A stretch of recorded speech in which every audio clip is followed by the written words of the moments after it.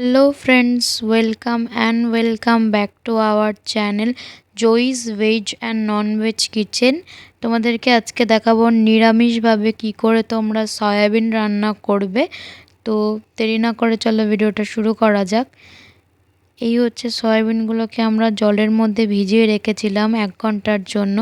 তারপরে ভিজিয়ে রাখার পরে যখন ফুলে উঠেছিল তারপরে সেটাকে আমরা ভালোভাবে জলটা চিপে নিয়েছিলাম, একদম যেন জল না থাকে।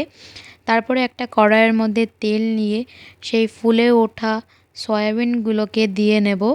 সেগুলোকে দিয়ে নিয়ে তারপরে আমরা তার মধ্যে খুব অল্প পরিমাণে লবণ এবং হলুদ দিয়ে নেব। লবণ এবং হলুদটা আমরা আলু ভাজার সময়ও দেব, তাই পরিমাণটা অল্প পরিমাণেই দিতে হবে, কারণ বেশি দিলে লবণ পোড়া হয়ে যেতে পারে।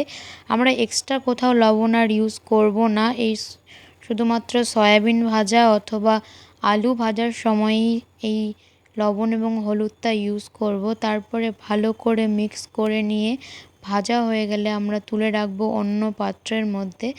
তারপরে আবার কড়াইয়ের মধ্যে তেল দিয়ে নিয়ে তার মধ্যে দিয়ে নিতে হবে পাঁচফোড়নটা যখন একটু ভাজা ভাজা হয়ে আসবে তখন এর মধ্যে আমরা দিয়ে নেব আলুগুলো ছোট ছোট করে পিস করে করে রাখা ছিল। আগে থেকেই আলুগুলো পিস করে ধুয়ে রেখে দিয়েছিলাম। তার মধ্যে আমরা দিয়ে নেব লবণ এবং হলুদ। তোমাদেরকে আগেই বললাম লবণ এবং হলুদটা আমরা শুধুমাত্র ভাজার সময় ইউজ করব, এক্সট্রা যখন তরকারি রান্না করব সেই মুহূর্তে আমরা দেব না। তারপরে আমরা এর মধ্যে নিয়ে নেব জিঞ্জার পেস্ট বা আদার পেস্ট দিয়ে নেওয়ার পরে আমরা এর মধ্যে দিয়ে নেব জিরা পাউডার। তোমরা এখানে জিরার পেস্টও ইউজ করতে পারো। তারপরে দিয়ে নেব আমরা রেড চিলি পাউডার। তোমরা এখানেও রেড চিলির যে পেস্ট হয় সেটা ইউজ করতে পারো।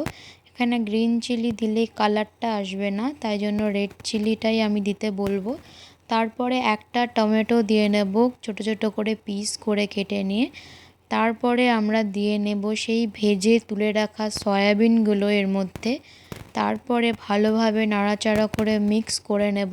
আমি কিছু কিছু জায়গায় স্পিড বাড়িয়ে দিয়েছি যাতে ভিডিওটা খুব বেশি বড় না হয়ে যায় আর তোমাদের দেখতে বোরিং না লাগে। তারপরে ভাজার পরে আমরা অল্প অল্প করে এর মধ্যে জল দিয়ে নেব, হাফ কাপ মতো জল দিয়ে আমরা এটাকে ভালোভাবে কষিয়ে নেব যাতে মশলার গন্ধটা না থাকে এর মধ্যে। 2-3 বার এইভাবে করে নেওয়ার পরে আমরা ঝোল রাখার জন্য জলটা দিয়ে দেব।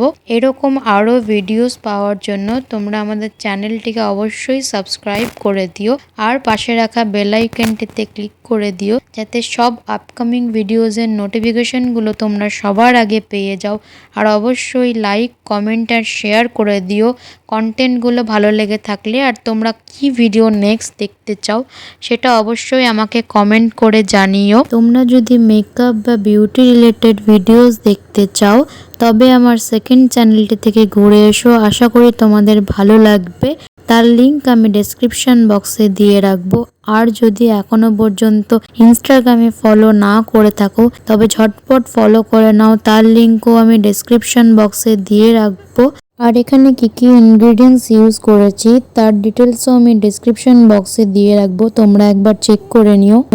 তারপরে আমরা এর মধ্যে দিয়ে নেব 2 চামচ মতো ঘি দিলে এর গন্ধটা খুব ভালো আসে। তারপরে আমরা দিয়ে নেব গরম মশলা বা গরম মশলা। আমরা এখানে গরম মশলার পাউডার ইউজ করেছি, তোমরা পেস্ট ইউজ করতে পারো বাড়িতে তৈরি করে, তাতে আরও টেস্টটা ভালো আসবে। তারপরে জল শুকিয়ে নিয়ে আমরা নামিয়ে ফেলবো এবং গরম গরম সার্ভ করে দেব। আর এইটা একদম মাংসের মতো খেতে লাগবে। তোমরা এখানে পেঁয়াজ রসুন ইউজ করেও করতে পারো যদি আমিষভাবে করতে চাও। আমরা পিওর ভেজভাবে করেছি। ভালো থেকো, সুস্থ থেকো, আবার দেখা হবে নেক্সট ভিডিওতে। বাই।